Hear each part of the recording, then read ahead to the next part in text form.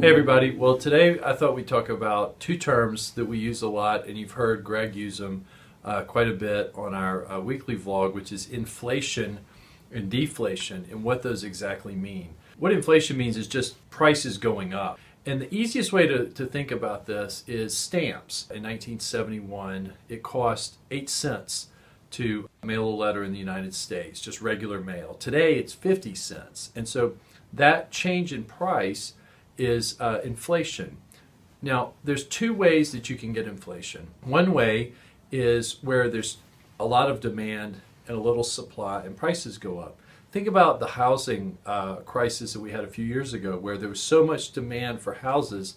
I know a lot of you remember stories about, a house sold for X amount a few years before and then sold for a lot higher, as we went into the mid part of the decade. The other way that inflation can occur is where costs go up for a business, so they charge more for it so that they can still make the same amount of money. And that's inflation. Now that can be bad, especially for retirees who are living on a fixed income.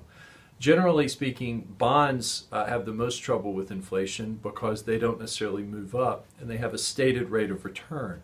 So if you have something that pays you 7%, but you have a 3% inflationary rate, your real rate of return is 4%. Let's switch gears for a minute and go into deflation and what that means and why that can be bad. Deflation is prices going down, but they're going down and no one is purchasing.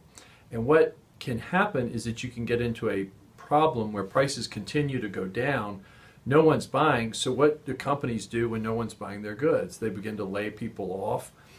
Factories begin to close, and that's called a deflationary spiral. Now, we haven't seen one of those in a long time in our country, but we have had them in the past. But those are just two terms that we use, and wanted to give you a little bit more insight and background into each of them. Certainly appreciate you watching and look forward to talking to you soon.